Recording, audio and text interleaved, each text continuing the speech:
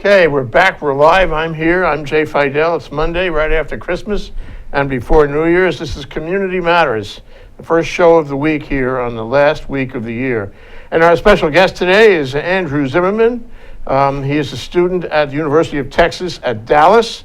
What, sophomore? Sophomore, yes. Sophomore, okay. Third semester. He's studying biochemistry and Neuroscience. Neuroscience. Yes. Thank you for correcting me on that. That's completely all right. We're going to delve into get the neuroscience book out. You mean get all of them? Which one? Neuroscience, the title of our show is Neuroscience or Law. Yes. So it's a disconnect completely. Yes. You decide. We're going to talk about that today. Welcome to the show, Andrew. Thank you very much for having me. Great to have you here. So let's talk about you first, okay? All right. You are a student at University of Texas. At Dallas. At Dallas. Yes. Well, you keep saying at Dallas. Why is Dallas different than the other places? Well, because the way the University of Texas system is structured, they have schools in multiple places. So off the top of my head, they have a UT in Austin, Texas, which is their flagship. And they have UTSA, which is based in San Antonio. Austin is their main flagship. Where that has the alma mater of the types of Michael Dell, for starters, who's now sponsoring the Dell Austin Medical School, and Matthew McConaughey, who was the last actor. Yeah. Yeah, the actor. He's actually the alma mater of UT. UT Dallas is what began as a research facility for Texas Instruments. They're actually about 3 blocks from my school. So everyone who has those calculators, those come out from about, like 3 blocks from my school. And they actually require us to use the Texas Instrument calculators. Yeah, so it's a matter of loyalty. Yeah, we are by far the fastest growing public university, or any university in Texas so far. How big is big? Well, we have 20,000 students right now, if you can count the grad students, and 6,500 of them, counting grad students, are freshmen. So the bell curve goes this way. Yes, yeah, we're blowing up like crazy. They were offering hundreds of scholarships for all kinds of things. Is Dallas better than San Antonio and what's the other one? Austin. Austin? Yeah, we have UTs in other places. What I like about Dallas is Dallas has been consistently ranked as probably the best city in America to do business. It has among the most diversified types of businesses. You can find just about anything there. We aren't just based off our oil industry or our energy industry like Houston is, or maybe our tech industry like Austin, which is heavily tech. You can find almost any type of business in Dallas, and in my opinion, where business thrives, the rest of the city tends to do very well. Sure. So even though I'm not studying business, I felt that Dallas was still probably the best place to get a really good education. It had a vitality to it. Yes, exactly, and it has a lot of name recognition. It's extremely fast growing, and I'm really excited to see where it goes. Okay. I want to drill down on that. So business environment is positive. Yes. Why do you say that? I mean, is it a rumor or a fact?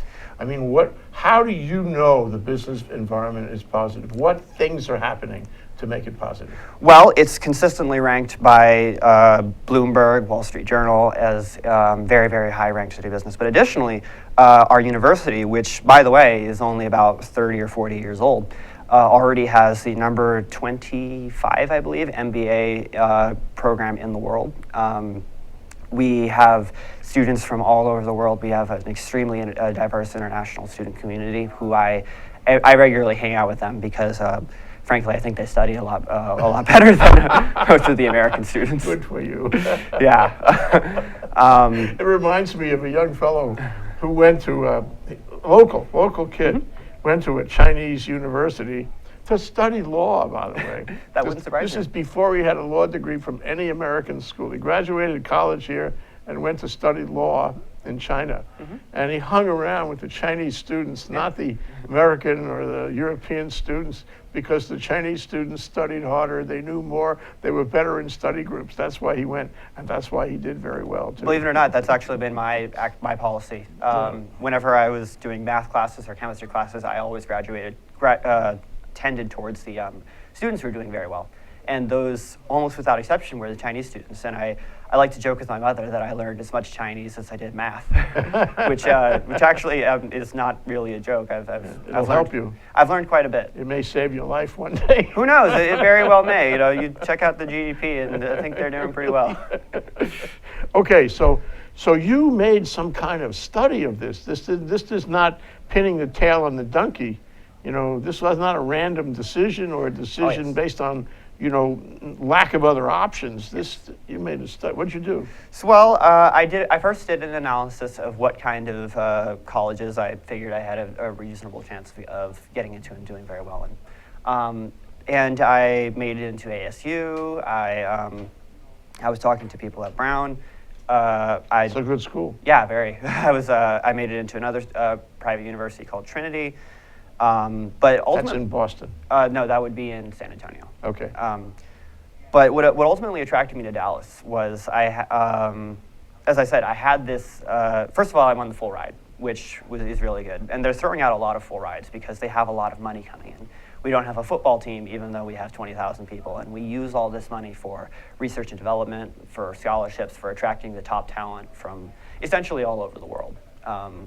That's great. Yeah, and Football teams are a distraction. as far as I'm I'm concerned. inclined to think They so. distract everybody from the academic. You know? Yeah, and not only that, there's a lot of good evidence suggesting that the net profit that they bring into the school is negative. There's only a couple schools where it has a positive growth. Yeah. And UT Dallas, I think, made a good decision in keeping that money for sole academics, and I think it's paying off from It that. sounds like you made a good decision too. I think so too. And then let me tell you a little story. My hunch paid off that people would be coming to Dallas because about a month after I moved there was something that happened that was absolutely insane, which was Ebola came to America. What was it? Ebola. Oh, the Ebola. Yes, Okay. Dallas was the first case of Ebola. Oh, yeah. If you remember that. And it wasn't, what happened was there was a guy from West Africa who couldn't find good treatment, and he didn't want to die. So he figured my best chance to make it is in America. And what I tell people is it's not an accident that he picked Dallas as the most likely place that he'd make it. And although he was unsuccessful, it was a good time to be a student who was studying science and medical things because it suddenly became so much more closer to life, if that makes sense. So is there a medical school? Yeah. There is. UT Southwestern, also ranked, I believe, within the top 30 as medical schools in America. Yeah, yeah. And Right decision for him, and he's still alive. eh? No, unfortunately, he didn't make it, but we contained the disease extremely well.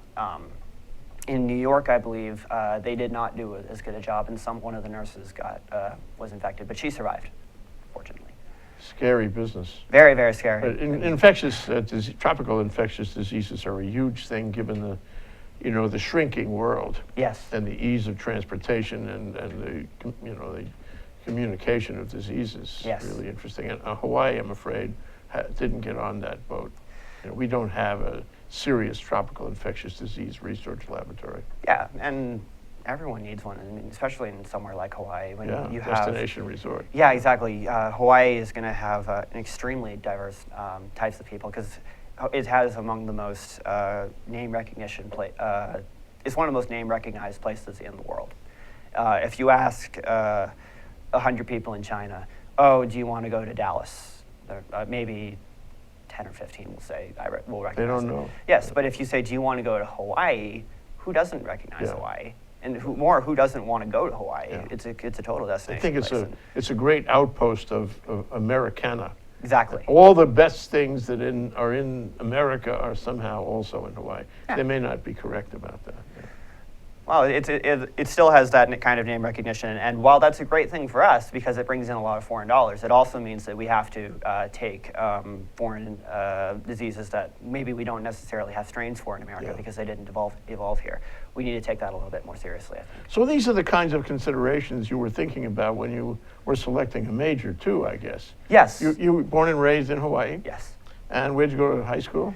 I was homeschooled, but I went through Capilano Community College for the last year so I could get some cool things done, mainly calculus, and it was so nice getting to And my. your parents didn't know too much about calculus, is that what you're saying? Well, my father was a civil engineer, so. Okay, he knows. He's right here. Hi, Dad. Hi, Dad. So I And your think, mother is the famous Debbie Zimmerman. who Yes. Everybody knows her Everyone from the knows her. convention center. though she only went through Calculus 1, and regardless, both of them had only taken calculus like 30 years ago. So a lot of it was figuring it out on my own. And it also was the beginning of starting to enlist the Chinese students for help. So what did homeschooling do for you? I mean, do you have a measure of comparison? Can you say that it was a good idea? Would you do it again? Well, I think homeschooling has a lot of specific advantages that it can bring. It doesn't pigeonhole you the way a modern American education does. Having said that, one of the drawbacks in homeschooling is you really need to have a good homeschooling community, because otherwise, Outside the home. yes, and we have that we do have that. I believe it's Christian Education Institute, and there's a lot of students that break off from that. But if you don't take a part of that and you just do your work as you normally would, it can be a bit it can even feel a bit ostracizing or lonely. Isolation. Because you're not having a traditional high school experience. Yeah. So what I would recommend is for all the people who are considering homeschooling is just homeschool your kids and send them right to a community college, because what that's going to do is it's not only going to prepare them for college work, which I feel high schools in America are not doing a sufficient enough job at. It's also going to remove the problem of well, I don't have any friends here because I'm going home. Just send them to a community college nearby, and then they're going to have all the friends they want. Sure. So you don't miss anything that way. Yeah, exactly. Best of both worlds. Exactly. And by the time you're 18, you get to college, you're usually done with history. You're usually done with your government classes and your art history. And then you can get into the raw things that you really want to do. So I didn't have to spend first semester doing calculus, and my second semester doing calculus, and that saved a lot of time. So So you could go directly to your major. Right. Not only that, but I had more time for things like wrestling and cheer and Okay. joining all these clubs and things like that, yeah. which I made really good use of the Yeah, time. and you didn't miss a beat. Yeah. So, okay, so in this process of homeschooling and sort of looking at the world from the vantage of a homeschooled person, you made the decision that you wanted to do neuroscience, yeah? Yes. Tell me about that decision process. Well, it was a little bit more sudden than I would like to admit. The traditional story that people like to say is, oh, ever since I was 5, I wanted to be a neurosurgeon, and then We hear that a lot. yeah, I'm sure you do. No, in truth, I had decided on it June that year. I went to school in August. Before that, I had been somewhat set on electrical engineering, which I think is still a fantastic major. I highly recommend it to anyone. But I had a somewhat not terrible, but not great calculus time. Just a standard B, which At KCC. yeah, it's just B's in the calculus, and my scholarship has a 3.0 scholarship requirement, which is okay. And in the neuroscience, it's not that hard to make. But if you're in engineering, the average engineering student usually can't even make that, because the classes that they're taking are absurdly difficult sometimes. Averages of some engineering classes can range as low as 30 or 40. And sometimes you have those professors that don't curve very kindly. So I kind of realized maybe I don't have that kind of brain for it. So when I started, Something happened Yes. in June. So Some something happened. remarkable event in June. Yes. And when we come back from this break, I'm making a cliffhanger here, we're going to find out what happened to Andrew Zimmerman in June of this past 2014. 2014. Yeah, right before I went. To make his mind up for a lifelong commitment to neuroscience. Later on, we'll find out how that may have changed. Later, we'll be right back. Thank you. Hi, I'm Ethan Allen. I'm the host of Likeable Science on ThinkTech Hawaii. We talk about why people should like science, why science is actually fun, how science is a dynamic and vital part of everyone's life, why everyone, every man, woman, and child on the planet should really know science, should love science, should be familiar with science. So it's a great show. People come on here and have interesting conversations with us.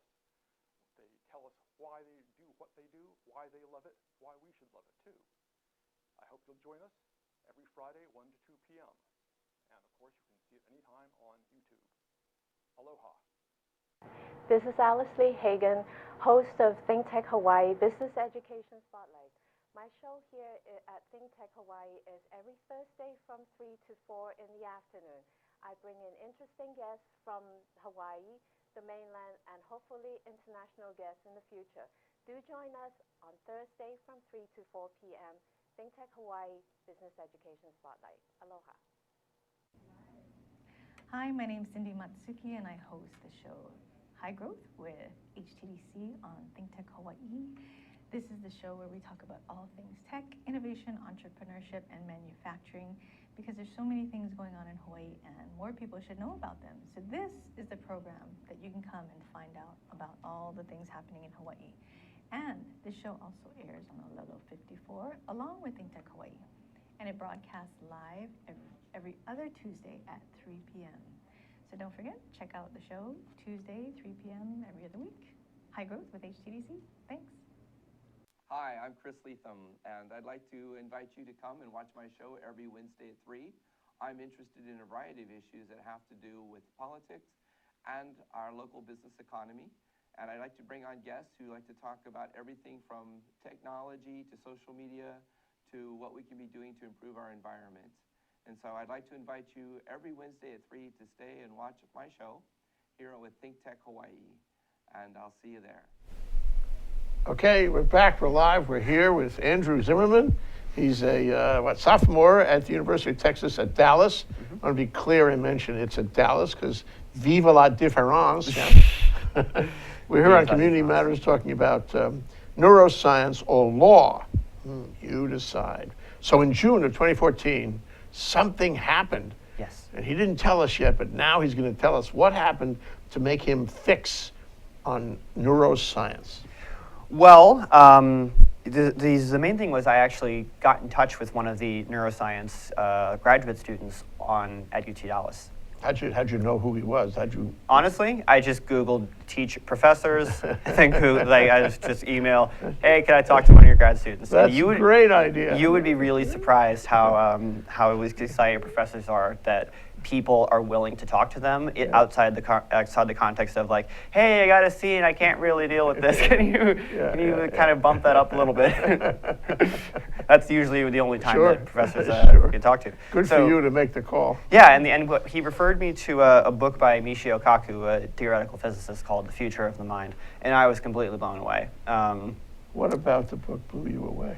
Well, my favorite part of it was by a case in the late 19th century by a man named Phineas Gage. The man, he was a mine worker, and there was a gunpowder accident where a shrapnel literally blew apart through his head, and he began actively losing parts of his brain as they just fall out the hole. And the doctor didn't believe that at all. He's like, there's no way this guy can be alive. But when he saw him, he actually, like a small part of his brain just fell out in front of the doctor. And he was still functioning. So this completely changed the game of neuroscience, because what they started tracking was what is changing about his behavior. And to me, when I was reading about that, I was completely blown away. That's really interesting. Yes, because he didn't die. He actually lived a relatively full life until sometime in his 40s, I believe, when he... The skull was never right, though. So they ended up patching it up. But some of the brain would still leak out, and the neurons would disconnect so that they weren't actively facilitating what's called synaptic transmission. Yeah. And when that happens, the neurons usually die. So he wasn't dying, but his behavior would change. So he was normally quiet, and he suddenly becomes erratic and yells all the time. And he died of a seizure about 15 years after the accident. Yeah. When I read about that, I was completely blown away, and I'm really interested in the behavioral aspects of neuroscience, because if you can predict behavior and you can do it at a neurological level rather than a Freudian, tell me about your relationship with your father, which isn't a bad way to predict behavior.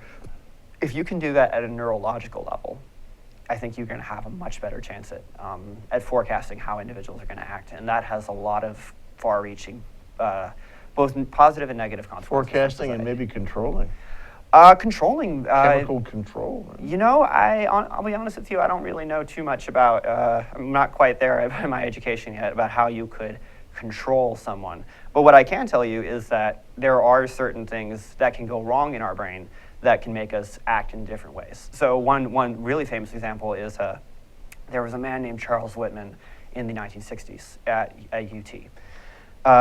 He had regular. He was normally very, very quiet, but sometimes he had very outbursts. And he was a sniper, and he ended up going to the bell tower at UT and Oh, I remember that. and opening fire. Yeah, you I do remember that, Yeah, sure. he opened fire, and eventually He the was cop. sniping on the students around the Right, university. exactly. And he killed a number of them. He did. I believe it was 8 people. Yeah. But do you know how the story ended? So a lot of people have the obvious and the very understandable. You know, Charles Whitman is a bad person, and the same way we treat mass shooters today. And then they found his diary, in that he wrote, "I love my wife, I love my children, I don't understand my urges to kill them." So he asked that. Yes. Oh, boy. Yeah, no, I'm serious. And so what happened was they did an autopsy on his brain at his request so that it wouldn't happen to anyone else. And they found a tumor on his hypothalamus that was pressing on his amygdala. And the amygdala before wasn't really known about. But we figured that it probably had a lot to do with regulating human aggression.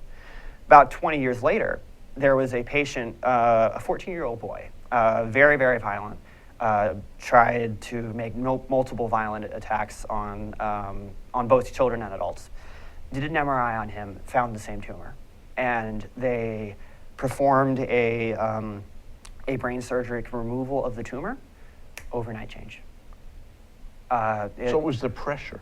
Yes, The it was physical pressure yes, of the the physical tumor pressure of the on the tumor. rest of the brain, on the whatever specifically on the center of amygdala. brain. Yes, and Okay. there's been talk about in regards to controlling people. One of the things that my neuroscience professor said is that for violent criminals, what if instead of just locking them away forever, basically, what if we removed their amygdalas and removed their tendency towards aggression? Now that does have some negative consequences. They'll generally become. Reminds me of shock treatment back in the last century, It might be, but 2 centuries ago. yes, the problem with shock treatment is we're not totally sure how it works.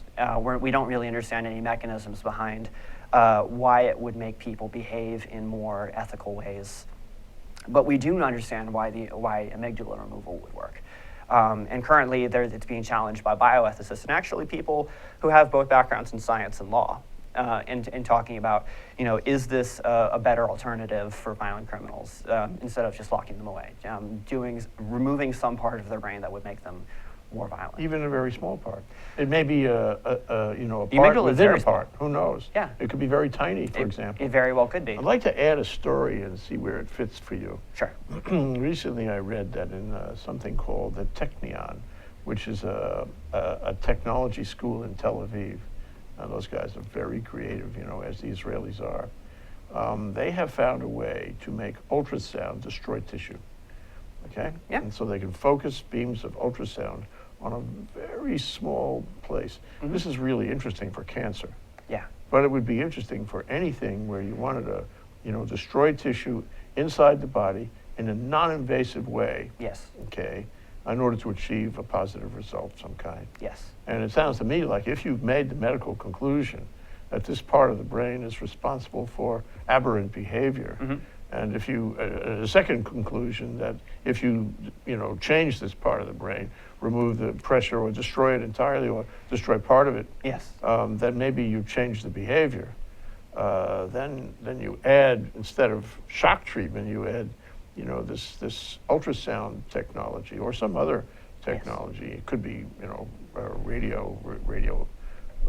radioactivity or X-rays, Yes. and do the same thing. But if you know enough about the geography there, you could destroy that part and then change behavior. You sure So could. this hasn't happened yet, I know, but it could happen. Yeah. You certainly could, and I think that's probably is probably a lot more of it's a lot better of a way to do it, because originally lobotomies were very messy. Sure, yeah. Yeah, they would usually damage other parts of the brain that they didn't mean to. Yeah. And while I'm not familiar completely with the ultrasound procedure, it sounds completely plausible. And it's something that I hope very, very dearly that radiologists begin talking with neuroscientists about, how can we use this technology in an efficient way? Because the reason why amygdala removal isn't necessarily a good thing is because what we've also noticed is that it removes human drive. So if you have an amygdala removal, granted, maybe you're not as violent They're anymore. related, sure. Yes, but you suddenly may sit on the couch all day, you don't have any motivation for anything, and we can't have that either in this society. How about sex drive? Is that It's- related? Yes, sex and aggression are immensely related. I believe there's similar behaviors that are found in the orbital frontal cortex, but especially in amygdala. And yeah, sex drive is going to plummet. You're very passionate about this, Andrew. I mean, I have only met you today, but clearly, and you are. I studied hard. Yeah, you study hard, and you have creative ideas, and I can see that you thought about how you could use this in a science career. Yes. And take this piece that interests you and run with it for decades and decades and get grants. You know how it works, right? Get grants and make a name for yourself in all the journals and be a scientist with a, principal investigator on lots of activities. And there's a lot to say for that. That chair, this stool that you're sitting on has been sat upon by a number of scientists who have fit right in that very track, that narrative. Well, I hope I can follow in their footsteps. Yeah, well, I'm I'm very excited to do that. Somewhere along the line, you raised the question of whether to leave neuroscience. Tell us about that. Well, I don't know if necessarily leaving is the right way to think about it, because the great thing about law school is that there are essentially no prereqs. If you look at how medical school works, it's overwhelmingly filled with biology, biochemistry, and chemistry majors. Maybe if you're lucky, you'll get some neuroscience majors, although most schools don't offer that as an undergraduate degree. The thing is with law school is there aren't really, as far as I know, very many prereqs, and you can get a large swath of type of people going into it. So there's a lot of ways that a neuroscience education can massively help you with law school. So, for example, Which one would be the primary? well, special needs advocacy would be a really good place to start, because you will have a better understanding of how this works and maybe what the child best needs. So if you can show that there's a certain part in your brain that makes you more receptive to smaller little distractions, then you have a better way of advocating that the child get special accommodation, as in maybe it's his own room. Mm-hmm. And it sounds, and just if you say that in a court trial, if you can show them that you understand how their brain is different, rather than just saying, well, look, he kind of looks like he gets distracted easily. So you're looking at applying the two together and changing criminal responsibility. Yes, exactly. Another thing that I've been thinking about is science policy. So, of course, I'm biased, but I think every field ever thinks that they're underfunded. But if you look at the numbers, I believe China recently surpassed us in terms of research and development. And in my opinion, this is one of the things that I really like about your show. The thing that's kept America ahead, and I would like to keep America ahead, I'm somewhat of a patriot, is that we've always been at the forefront of science and technology. We've always given a lot of work towards that. So when you can go in, another thing you can do is you can go and advocate for certain types of research and development that are needed. Versus maybe some types of research that we can kind of put off until the economy picks up a little bit. So science policy is another fantastic. But yeah, you touched on. I got the law policy, the science policy. I'm not so sure. What do you mean? Are you going to have a revolution in science policy? What is it? So what kinds of things that is prioritizing. So what kinds of research we think are really important and will touch the most amount of lives and for a positive benefit. I see. So you put more research money into this because this is a change in society. Exactly, knowing how to triage it in most positive ways. Yeah. For example, how many drugs have you seen for common colds? How many have you? Many. Yeah, how many have you seen for headaches? Many, How many have you seen for Alzheimer's? not so many. There are basically none, as far as we. There's nothing really good that we have. For schizophrenia, there's very, very little. And the best we have are antipsychotics, which essentially block dopamine transporters. And that's great because we've shown that antipsychotics can reduce schizophrenia, but it also tends to lead to symptoms of Parkinson's. And I think those are things that are really undertouched right now. So you have changed your view of this since June of 2014. It's not strictly a science track. Yeah. It's a science track, but it's more than a science track.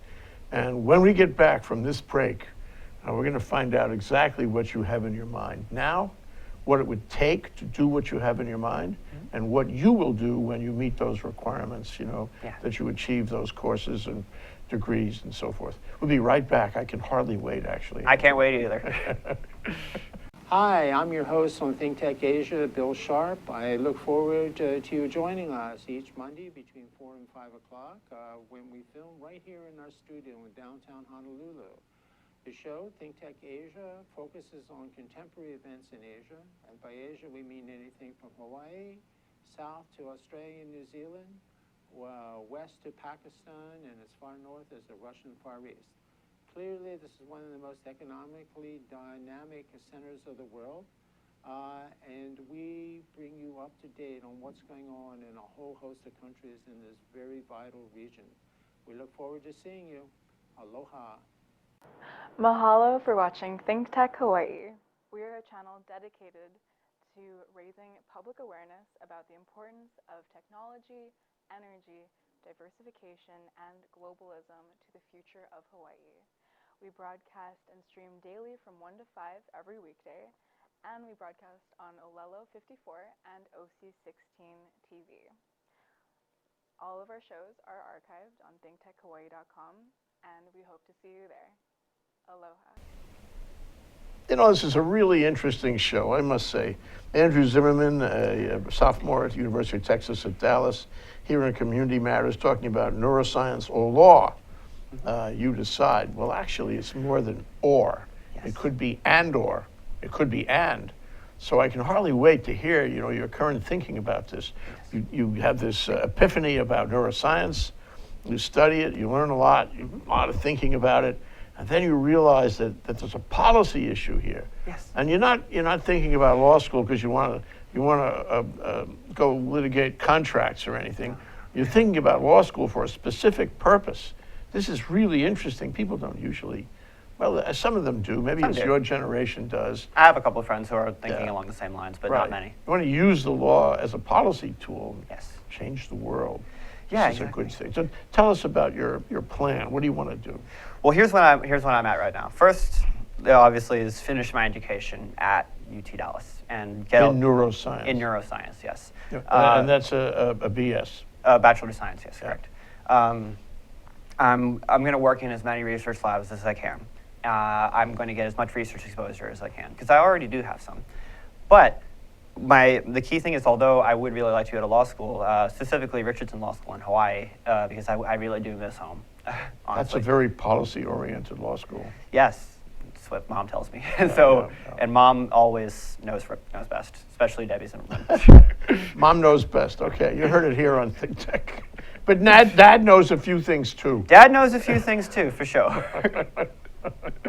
Okay, so then you go to law school So afterward. yes, go to law school afterwards, and then finish my education in something to the effect of policy, and then from there I'll see what the market really needs. Because personally, I'm a huge advocate of the idea of doing well by doing good, and I think if you can find what the market really needs right now and what society really needs right now, then you can probably make the best kind of living out for yourself, and that personally really excites me. But I think right now, since I'm only an undergraduate, I don't have my ear as close to the ground about what the market is and what society is kind of. Let me ask some questions about Yes. all of that. Go for it. So you don't have a graduate degree in neuroscience in mind right now, Yes. but you might. You might. I mean, is it possible that you will, sort of extend this educational, track in order to include graduate degrees in science? I never close any doors. Never close. Well, you know, they say that your choices along these lines are often the result of having a conversation or a course Yes. or a relationship with one person. Yes. Who's that person for you? Are you saying the person that really defines that decision about where I'm going with my life? Yeah. Well, my boss in my research lab, Dr. Theodore Price, he's really helping me he's giving me the most research exposure in neuroscience right now. I'm taking neuroscience laboratory methods next semester, so I'll have a better idea of how to help him out. But his specialty is on pain and pharmacology. Pain pharmacology. Yes. So one of That is neuroscience, isn't it? It is, yeah. It's a branch of neuroscience. So one example is the idea of chronic pain that he works on, and that is essentially if you have chronic pain, and it's not the same kind of like I bruised my arm, and now my brain is telling me you bruised your arm, get away from that. Chronic pain is by definition not immediately curable. Yes, and the other thing that's really important about it is there's no good reason why it should be there. There's a good reason that, if I burn my hand on the stove, that my hand feels pain. There's a benefit to that I keep my hand away Let from. me offer you, there's always a good reason, it's just that we don't know. So for chronic pain, we don't have any reason to think that it's beneficial to us. We haven't learned it yet. Yes. There's got to be some biochemical thing happening. So we think so far it might be more along the lines of it's a biological mistake, the same way cancer is a biological mistake. And the more what's bad about it is the more you feel it, the more the dendrites in your neurons think this is the way it should be, and they begin to remodel in sort of a vicious cycle. Isn't that interesting how they learn? Yes. The wrong thing, but they learn. Yes, exactly. Yeah. So the rule for neuroscience is that neurons that fire together wire together. So I mean, how much did you ever take calculus? Neurons that fire together wire together. That is the central And doctrine of neuroscience. if you have a pencil and paper and you're watching this, Write that down. We'll refer to that some more. I'm sorry, go ahead. Oh no, don't worry about it. So what that means is, did you ever take calculus in college or something? I'm sure I did. Okay. How much of that do you remember? None. None, exactly. And the thing is, had you gone into math, even though you took that calculus class 30, 40 years ago, you would still remember most of it because it becomes more relevant for your neurons to keep it firing. But the less you fire it, the less relevant it becomes. Sure. And your neurons will say, well, this isn't really important. We don't need to keep this dendrite structure. Right. And it'll prune the process is Your called memory, too. Your memory is going away. Exactly. Yeah. And so that's and the thing about chronic pain, which is one of the I had chronic pain over statistics. really. Yeah. And the class that changed my direction was the class in statistics. I hated the class. I believe said it. to the teacher, I said, would you give me a C+ and I'll just go, because that was below my average. Yeah. And he said, no, you'll do fine. Statistically, he might be right, but and still that wrong. conversation led for me getting out of that whole area. Sorry, I had to tell you that. No, don't worry about it. But what might have happened is you had a stimulus of hatred for that class that was so strong that even today you're just going to stay in there. But yeah, so do you mind if I ask you a question real quick? Sure. What advice would you give to undergraduate students like me who are kind of looking into law school? Or even if they might be coming from different backgrounds, because some people, when they start out college, they're like, oh, I got to go to law school. This is going to be the best thing ever.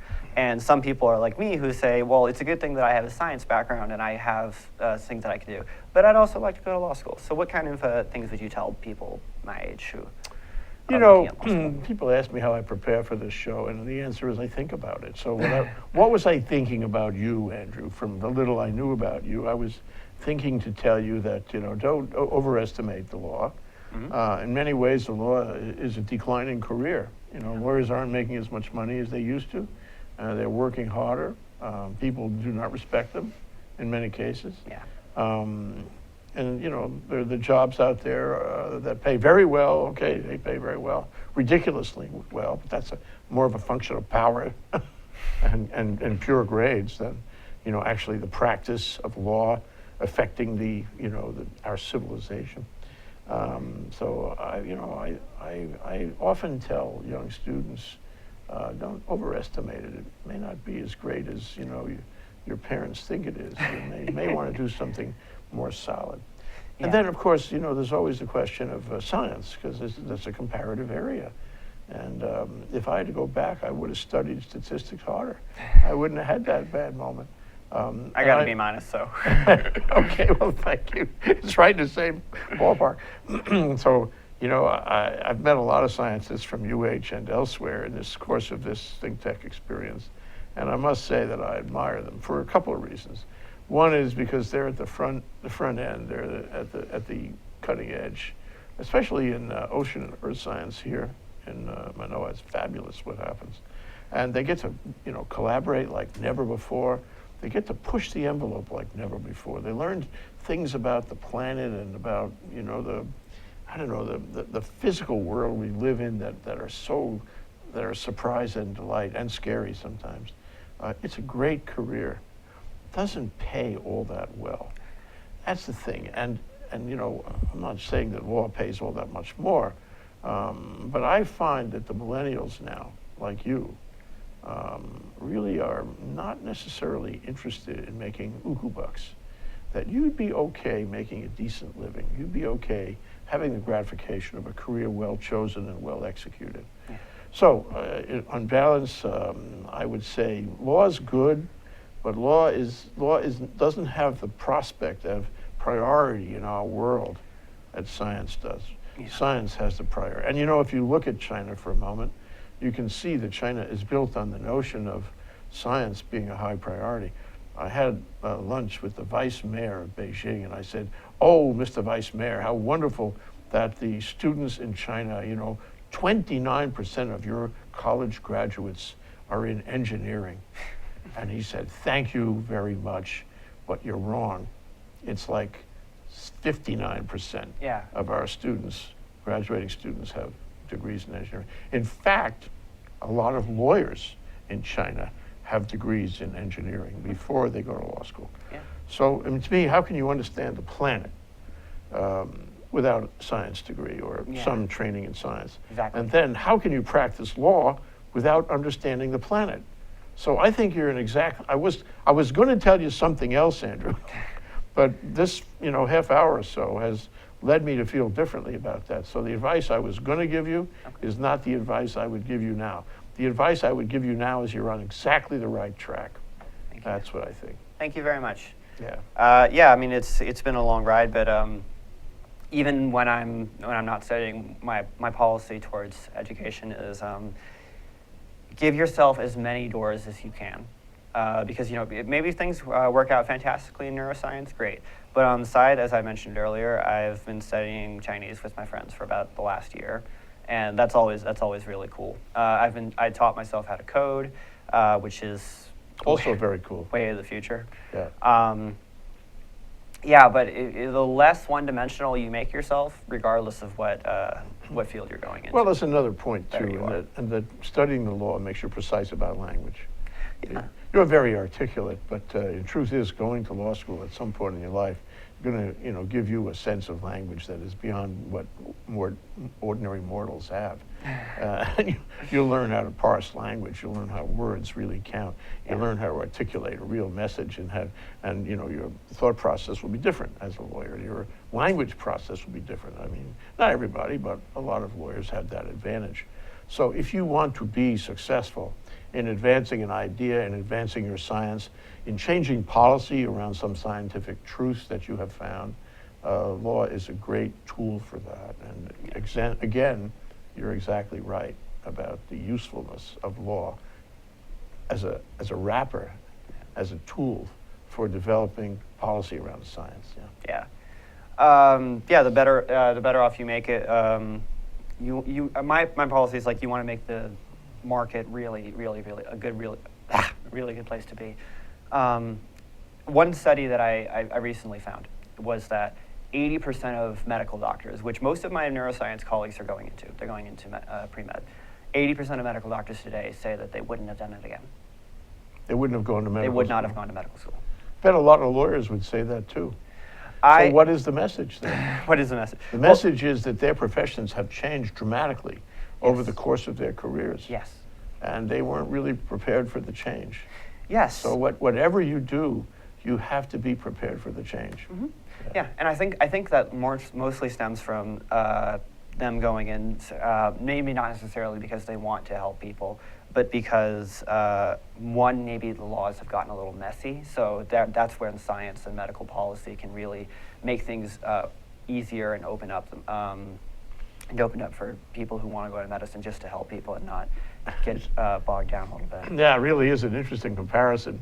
Legal thinking versus scientific thinking. Yeah. Research thinking, finding the physical rules of the universe versus making rules that may not be very, that may not be rational. We're Sorry. trying.